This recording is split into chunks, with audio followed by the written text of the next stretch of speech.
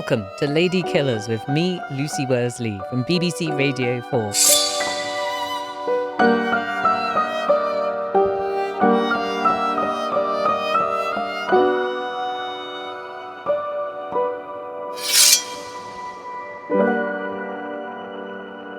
On the evening of the 15th of April, 1865, as the American Civil War draws to a close, President Abraham Lincoln is shot at point-blank range by the former actor John Wilkes Booth. He'd been watching a play at Ford's Theatre in Washington, D.C.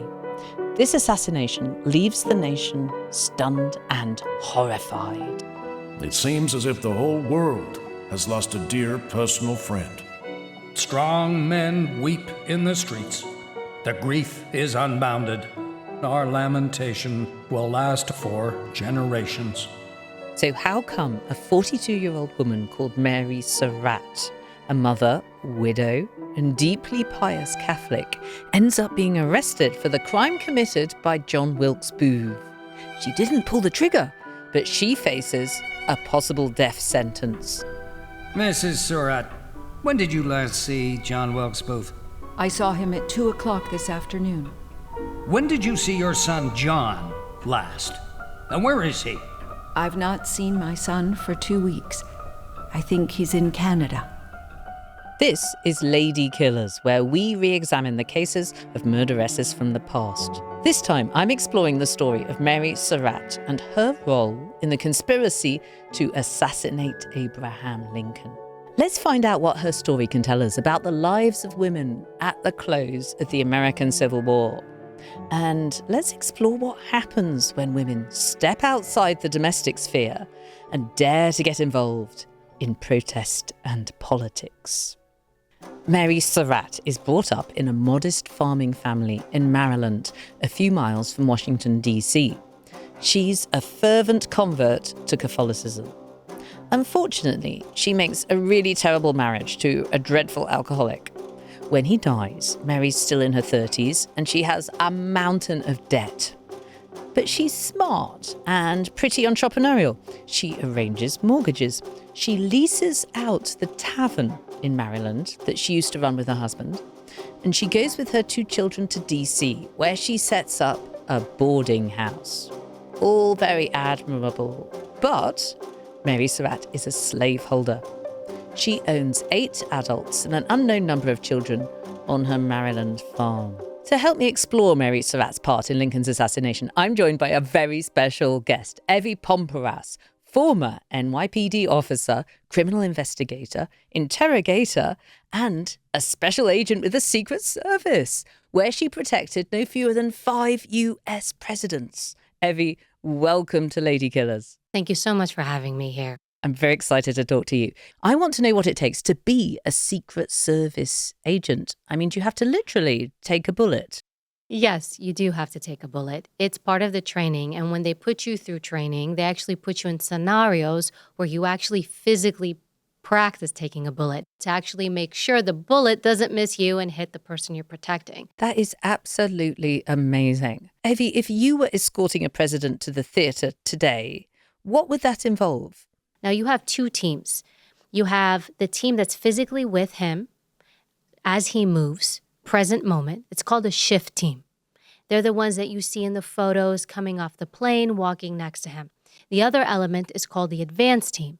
So if he's going to the theater, they go a week, sometimes even 2 weeks in advance to set up a true, legitimate, proper security team and assessment. 90% of protection is what you do beforehand. 10% is reactive. So truly, the bullet coming at you, if that bullet's coming at you, that means all the layers that you put in place, they failed. And they failed badly. I can possibly imagine, though, that being female might allow you to bring something special to the job. Is that true? I think it was, and it is, because I was able to, because of my appearance of not looking as a typical special agent, I would be kind of fitted into certain undercover assignments where I could go in. Nobody pegged me for an agent, so it was quite easy for me. I love this subversion of stereotypes. It's fabulous. So back to our assassination. John Wilkes Booth's plot. He plans to bump off Lincoln, and at the same time, two of Booth's associates are to assassinate the Vice President and the Secretary of State. And then they hope, in the chaos that will follow, to give the defeated Confederate army the chance to reignite the Civil War. Mary Surratt's 20-year-old son, John, has been working as an agent and as a courier for the Confederates for some time. He becomes close friends with John Wilkes Booth, who is a famous and a charismatic young actor. And Booth starts to spend a lot of time at Mary's boarding house.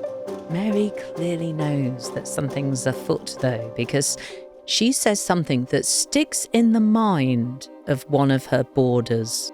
After sunshine, there's always a storm. The people are too proud and licentious. God will punish them. Something is going to happen to old Abe. I wanted to find out more about the background of President Lincoln's assassination, so I asked Dr Nikki M Taylor, Professor of History at Howard University, to go to the scene of the crime, Ford's Theatre in the centre of Washington, D.C. And there Nikki met the Education Programs Manager, Alex Wood. I'm sitting here in this beautiful theater. Yeah, so the theater has been recreated to look almost exactly as it did for Abraham Lincoln on the night of April 14th, 1865. So Abraham Lincoln wanting to come to the theater and participate in this sort of joyful release as the war was coming to an end and the city was literally partying all night long, all week long. And one of the things that's just so hard for us to imagine in this day and age is that there was really no security for President Lincoln. Yeah. So John Wilkes Booth is not sneaking in. He literally just walks in, no questions asked. John Wilkes Booth steps right in behind President Lincoln, shoots him in the back of the head with a single shot. He leaps out over the front of the box, kind of getting tangled in the flags on his way out. He lands hard on the stage, maybe breaking his leg here, broken leg or no, he can't stop. He runs out the back door, sort of slashing at anyone that might dare to be in his path, and he jumps on his horse and then gallops off into the night. Wow. And naturally, the assassination of a U.S. president sent shockwaves across the United States, particularly for African Americans who had made so many gains under his administration. And they were right there on the dawn of freedom. What did his death symbolize to them? It was a real blow. Abraham Lincoln had made it clear in speech after speech that Union victory and the end of slavery were intertwined, and one could not be had without the other. And so he really was this heroic figure in the fight toward the abolition of slavery in the United States. For so many African Americans, well into the 20th century, there was a picture of Jesus and Lincoln side by side.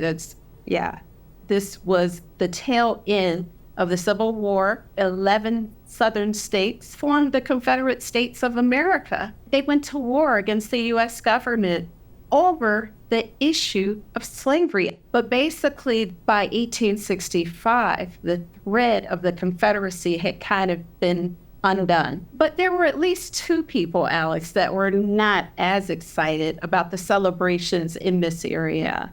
The first being John Wilkes Booth, and then the second, Mary Surratt, who is a slaveholder. Neither of them could really stomach the idea that the South had lost the war. And they were also perhaps fearful of all the radical social changes that were going to be brought with it, including, possibly the suffrage of African Americans. Oh, yeah. So one last thing I want to ask you. There was another group that was also almost as affected by the changes that the Civil War wrought, and that was American women, particularly white women.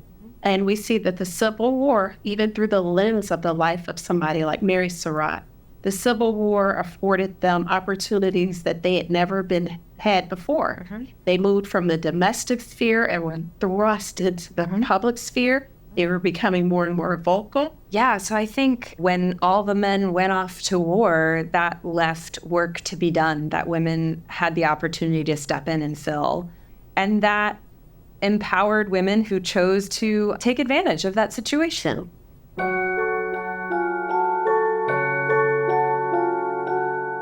On the night of Lincoln's assassination, one of the first places that the police search is the Washington boarding house of Mary Surratt. They arrive at 2:30 in the morning looking for John Wilkes Booth and for Mary's son, John Surratt. Mrs. Surratt, when did you last see John Wilkes Booth? I saw him at 2 o'clock this afternoon. When did you see your son John last? And where is he? I've not seen my son for 2 weeks. I think he's in Canada. I received a letter from him on the 14th of March, postmarked in Montreal on the 12th. Where is this letter? I cannot find it. There are a great many mothers who have no idea where their sons are. John Wilkes Booth is still on the run, but Mary Surratt, her daughter Anna, a friend of Anna's called Nora Fitzpatrick, and 7 other suspected male conspirators are arrested. They are taken off to the old Capitol prison to be questioned by Colonel Henry Wells. Now, Mary doesn't come over at all well in this questioning. She is evasive about the whereabouts of her son John. She pretends to misunderstand the questions. She denies knowing several of the other conspirators, even though they have often been at her boarding house. Wells gets almost nothing out of Mary, but her obfuscation confirms his suspicion that she is deeply implicated in this. Evy, let's come to you.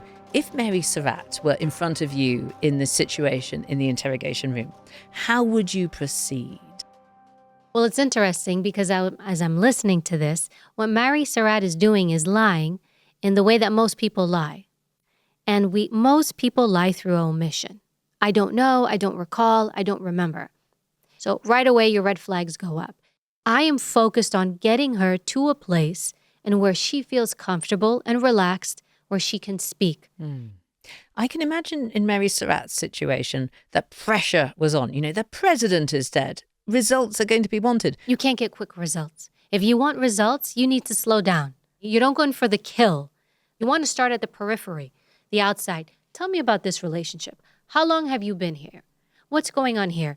This is how you get people comfortable to begin just talking. You just want her to talk. As long as she's talking, I'm happy. And it may not happen in one sitting. Maybe Mary is someone I want to bring back and talk to her again, and then again, and again. This is where patience comes in. But a lot of interviewers and interrogators, they go right in for it. And what do people do? They shut down, they clam up, and they give us nothing. Interesting. Now, back to the story. After her interrogation, Mary is transferred to the Arsenal prison. It's really filthy. There are rats and bed bugs and cockroaches and almost inedible food. Meanwhile, the law is closing in on John Wilkes Booth. On the 26th of April, he is tracked to a barn where he's holed up with a broken leg. He refuses to surrender. He gets shot. And a few hours later, he dies. Mary Surratt and the 7 other male suspects are charged with the murder of Abraham Lincoln and with attempting to kill the Secretary of State and the Vice President. But Mary is singled out for some extra charges.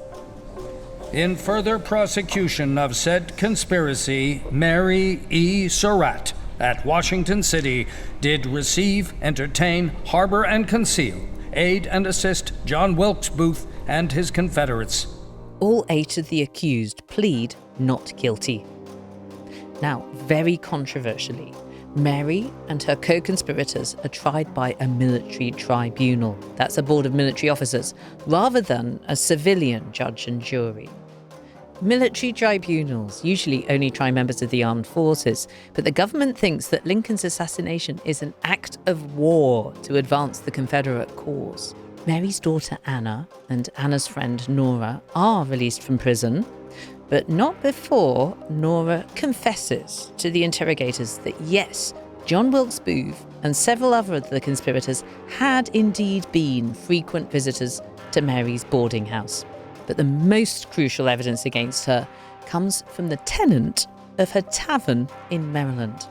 After a brutal interrogation, he not only confirms that John Wilkes Booth fled to the tavern straight after the assassination, but also that Mary had delivered a package for Bouve earlier that day, and that she'd allowed the conspirators' guns to be hidden at the tavern. It's not looking at all good for Mary Surratt. Now, this trial was held in a mood of national outrage. A lot of people were desperate to avenge Lincoln's death. Evy, you were a first responder for the US Secret Service at the World Trade Center on September the 11th, 2001. And you were honoured with the Secret Service Valor Award for your part in helping hundreds of people to safety.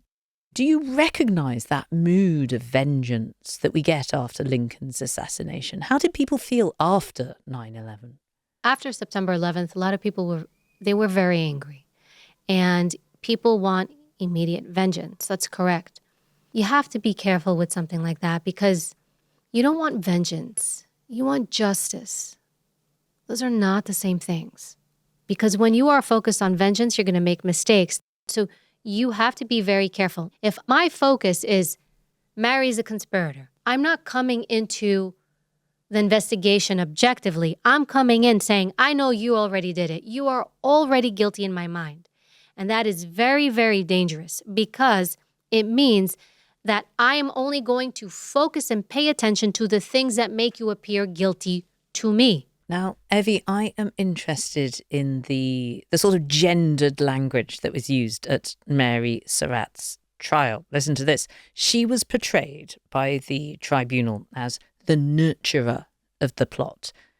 They called her the keeper of the nest that hatched the egg. What do you think about that? This is something that had never been seen before, a woman to do such a thing and to be part of something so horrible, right? I think what they did was very clever. They created a narrative. They used her gender as part of it. It's actually quite brilliant how it was portrayed, and it worked. But I do have this slightly nagging feeling that she was singled out for breaking out of the domestic sphere and getting involved in conflict, in politics. Evy, do you think that there's still a feeling in society today that women should put on their aprons and stay in the kitchen?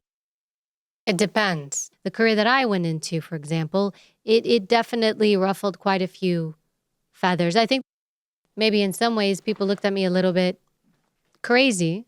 Like, why would you want to do this? What are you thinking? And as a woman, you just have to make sure that you can actually do what you say you're going to do and what's expected of you. Let's hear what happens next. The verdict comes in. All 8 of them are found guilty.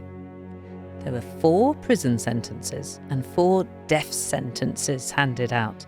Now, Mary's female, which suggests she's going to get prison rather than death, doesn't it? She is informed of her fate in her prison cell.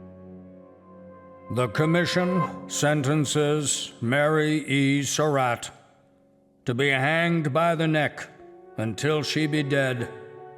Mary is completely unprepared for this. She screams, she sobs, she collapses on the floor of her cell.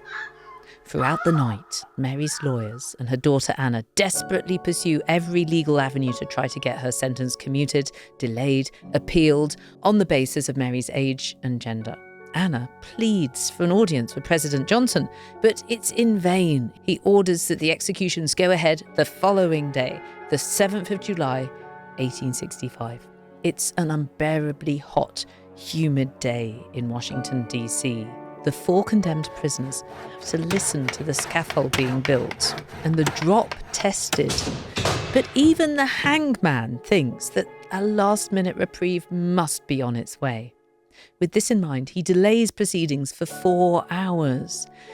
In the end, though, Mary Surratt is hanged with her 3 fellow conspirators at 1:22 p.m. She is the first white woman to be executed by the United States government. Evy, the Department of War commissioned a photographer to document the executions. We've got them here, and they are very disturbing to look at. There's something so unbelievably horrible and distressing about seeing the dark dress of a woman. That is Mary Surratt hanging there.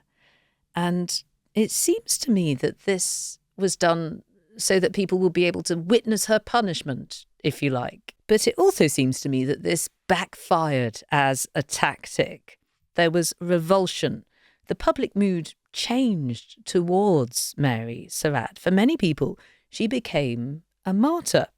She was a mother. She was murdered. Do you have my feeling, Evy, that this was a government who went too far in their thirst for vengeance? They definitely rushed towards the execution. Today, if somebody's put on death row, it takes a very long time. And so to have a verdict and to do it the next day, it's extremely rushed. And I do think that backfired on them.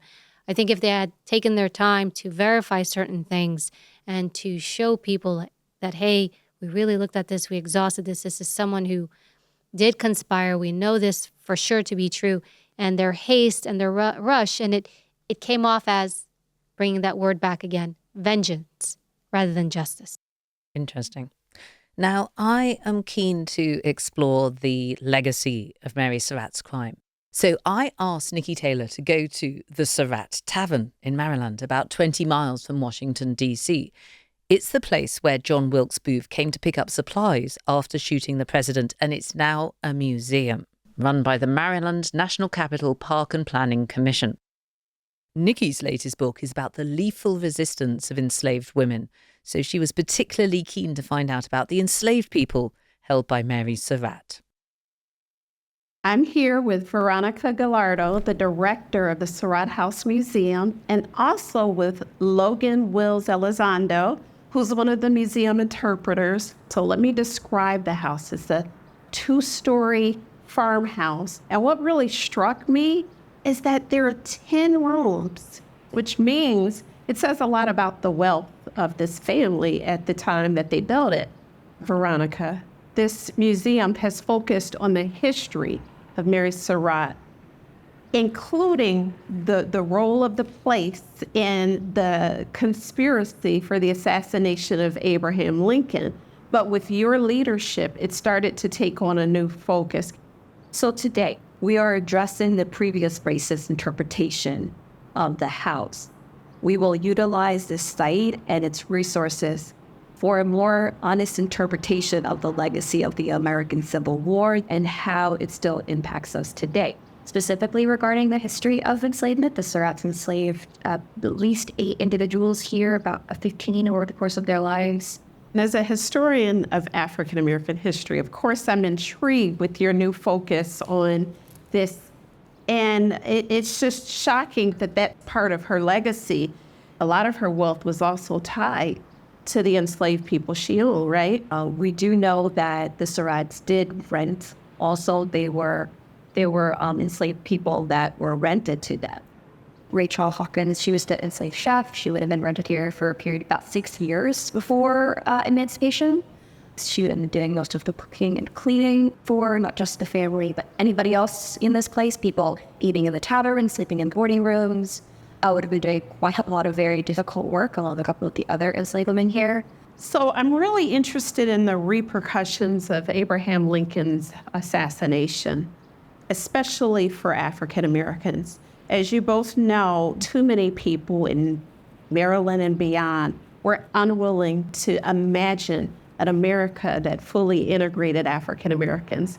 And so we're still in the process, even today, still trying to obtain the promises of the U.S. Constitution, the promises of the American Revolution on behalf of African Americans for civil rights and justice today. We really want to address the impact of Lincoln's death and sharing those stories and that history to our visitors so we can actually take some action ourselves to address the legacy of white supremacy, which I believe the Surratt family represented. We can have conversations about these topics that society would be better off. And finally, bearing in mind the tortured legacy of Mary Surratt, how do you think she should be remembered?